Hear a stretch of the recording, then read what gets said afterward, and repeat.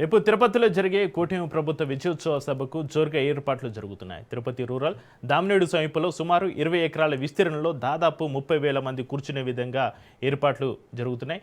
రేపు ఉదయం అభివృద్ధి, సంక్షేమం, నమ్మకంపైన జరిగే బహిరంగ సభకు సంబంధించిన మరిన్ని అంశాలను మా ప్రతినిధి నారాయణ రెడ్డి అందిస్తారు. ప్రభుత్వం అధికారంలోకి వచ్చిన తర్వాత 2 ఏళ్ల కాలంలో చేపట్టిన అభివృద్ధి సంక్షేమ కార్యక్రమాలపైన కూడా విజయోత్సవ ప్రచార సభను నిర్వహించాలని చెప్పి కూడా సంకల్పించిన విషయం అందరికీ తెలిసిందే. అయితే 9వ తేదీన తిరుపతి వేదికగా తిరుపతి రూరల్ ప్రాంతంలోని దామినేడు సమీపంలో కూడా ఈ యొక్క బహిరంగ సభను నిర్వహించడానికి జోరుగా ఏర్పాట్లు అయితే చేశారు. అయితే 8వ తేదీన వైజాగ్లో జరిగిన స్టీల్ ప్లాంట్లో జరిగిన అగ్ని ప్రమాదం నేపథ్యంలోనే ఈ యొక్క 9వ తేదీ తిరుపతిలో జరగాల్సిన విజయోత్సవ సభ కూడా వాయిదా పడిన విషయం అందరికీ తెలిసిందే.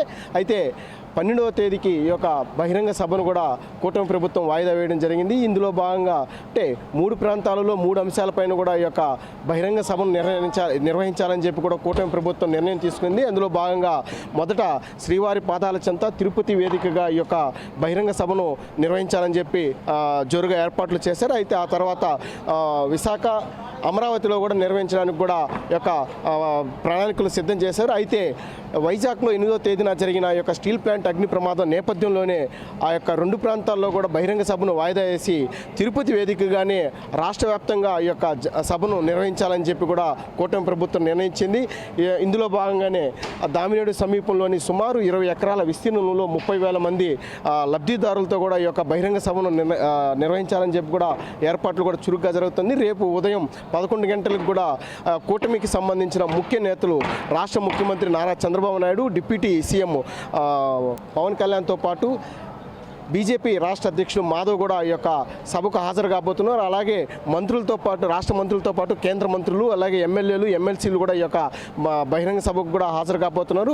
ప్రధానంగా కూటమి ప్రభుత్వం అధికారంలోకి వచ్చిన 2 ఏళ్ళు పూర్తి చేసుకోవడం, అదేవిధంగా కేంద్రంలో అధికారంలో ఉన్న మోడీ ప్రభుత్వం కూడా 12 సంవత్సరాలు పూర్తి చేసుకున్న నేపథ్యంలోనే ఈ యొక్క విజయోత్సవ సభను కూడా అత్యంత వైభవపేతంగా నిర్వహించాలని చెప్పి కూడా నిర్ణయించారు. మరోవైపు ఏదైతే ఈ యొక్క కూటమి ప్రభుత్వం అధికారంలోకి వచ్చిన తర్వాత ఓవైపు శ్రీశక్తి ద్వారా కూడా మహిళలకు ఉచిత బస్ సర్వీసులు, అదేవిధంగా ప్రతి నెల 4,000 రూపాయల పెన్షన్, అదేవిధంగా P4 ద్వారా కూడా బంగారు కుటుంబాల ఎంపిక, అదేవిధంగా డిఎస్సి, మెగా డిఎస్సి కూడా ఏర్పాటు చేయడం, ప్రతి 3 నెలలకి 6 నెలలకు కూడా జాబ్ క్యాలెండర్ రిలీజ్ చేయడం, అదేవిధంగా ఏదైతే ఈ యొక్క కూటమి ప్రభుత్వం అధికారంలోకి రాకముందు ఏదైతే హామీలు ఇచ్చిందో ఆ హామీలన్నీ కూడా సూపర్ 6 ద్వారా కూడా అమలు చేయడానికి కూడా చేపట్టిన అనేక కార్యక్రమాలను కూడా ప్రజల్లోకి తీసుకెళ్లడానికి కూడా ఈ యొక్క బహిరంగ సభను ఓ వేదికగా చేసుకోబోతున్నారు. అదేవిధంగా ఏదైతే ఈ సభకు సంబంధించి మరోవైపు మనం చూసినట్లయితే విజువల్స్లో కూడా ఏర్పాట్లు కూడా చురుగ్గా సాగుతున్నాయి.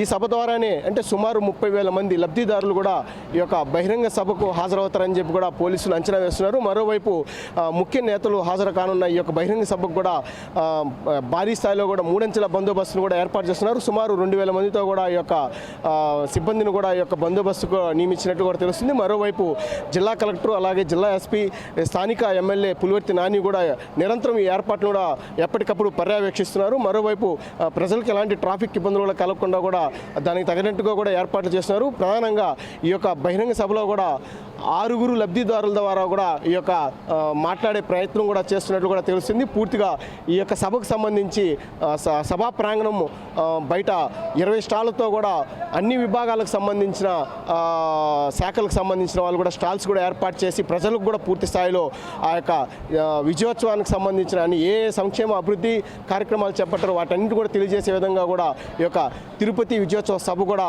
హంగులు దిద్దుకుంటున్న పరిస్థితి కనిపిస్తుంది. కెమెరామెన్ రమణతో నారాయణ, రాజ్ న్యూస్, దామినేడు.